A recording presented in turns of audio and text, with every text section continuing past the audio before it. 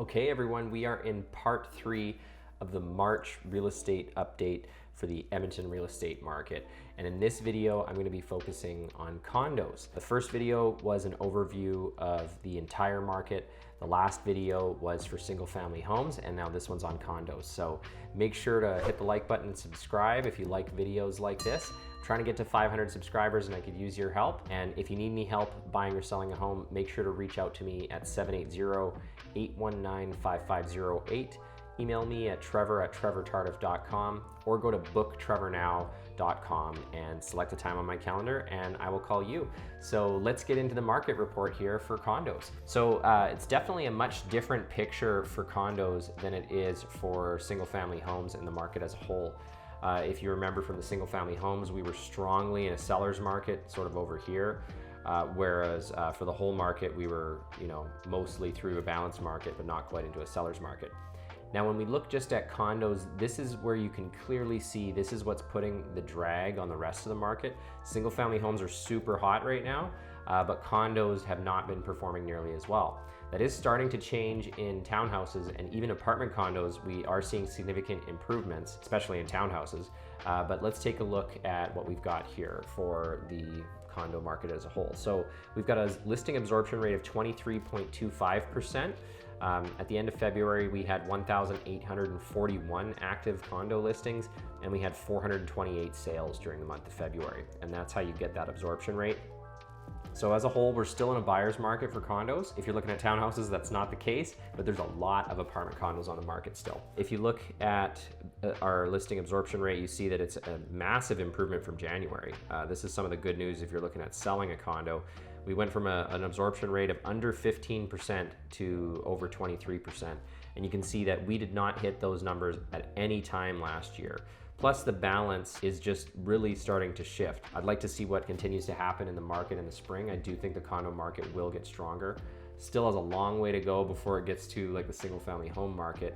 But we are seeing a big shift here. The average price in February 22 for condos was $220,066, which is technically down a little bit from January 2022, but that is up 3.21% from February 2021. The average price is always skewed by if there's like more expensive condos or cheap condos. There's a pretty big range. Like you can get like one bedroom, really old, small condos for under $100,000, but you can also go spend 400 plus on a nice new condo downtown that's in a high rise, or townhouse condos are also included in this. So the average price is really kind of a wacky statistic, but it's still something to look at. You can see last month we were up 9.28% for the average price on condos, but we see a lot more of this sort of like up and down sort of action going on. So I won't focus on that too much. If you look at the average price for the whole year, that would be a little bit more stable. Last year we were up 3% for condos overall. So far for 2022, we're down 0.67%, but we're only 2 months in and we need to get much further into the market to kind of see what's going on. If we now go and look at the active and sold listings, at the end of February, we had 1,841 active condo listings in Edmonton with 428 sales. So our inventory was actually up a little bit from January, but down significantly from last February when we had, we've dropped 14.65% since February 2021. And the number of sales, this is what's really good, up 60.3% from January, and we're up 57.93% from February 2021. This is that big shift that I was talking about. That's a significant increase in sales from last year. Even though we still have a lot of excess inventory in the condo market, that's how you start making things shift. So we're seeing early stages. And this shows you the last 13 months and sort of how like the balance of sales, which is the bottom bars, to the number of listings. So as you can see, the gap between the number of sales and the top here is the longest green line out of all of them in the last 13 months. And that's because we had 428 sales and 1,848 listings. Whereas if you just look at February last year, we had way less sales, 271 sales, but we also had a fair chunk more of inventory with 2,157. So we've got less inventory and more sales. And that's how we start closing that gap.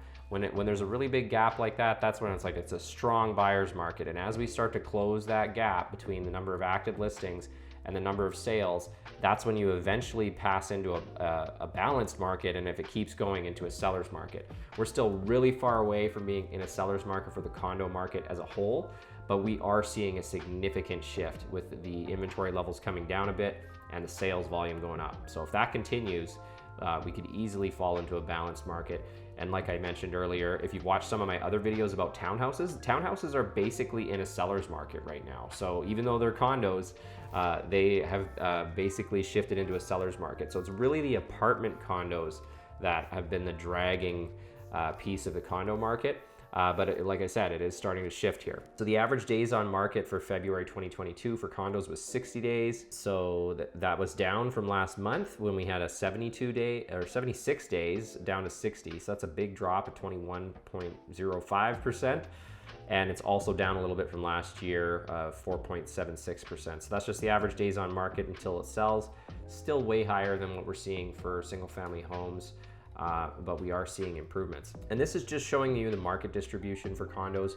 You can see almost 50% of the market is under $200,000 for condos. Much different picture for single family. And about 35% is between $200,000 and $300,000. Then we drop to 11.4% between $300,000 and $400,000. So basically, as soon as you get over $300,000 and you're looking at a condo, you're already in the top 15% of the market. Anything over $300,000 that's condominiumized is essentially a fancy condo from a price perspective. So something to keep in mind, if you do have a more expensive condo between $300,000 and $400,000 or over $400,000, you're really starting to get into a small part of the market for condos.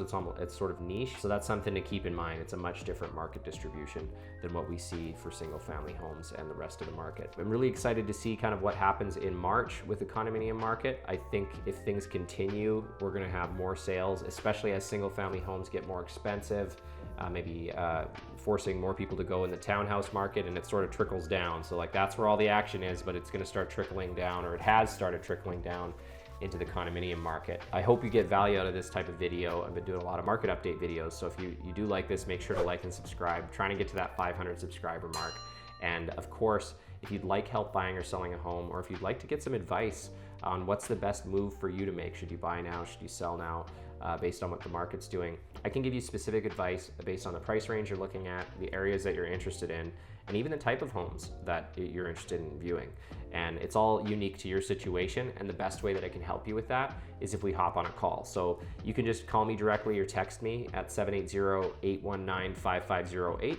You can email me at trevor@trevortardif.com, or you can always go to booktrevornow.com, select a time on my calendar, and I will call you. It's not a waste of my time. I have no problem helping you regardless of where you are in your home buying or selling journey. I know real estate's a long game, and I am here to help. So hope you got value out of the video, and I will see you on the next video.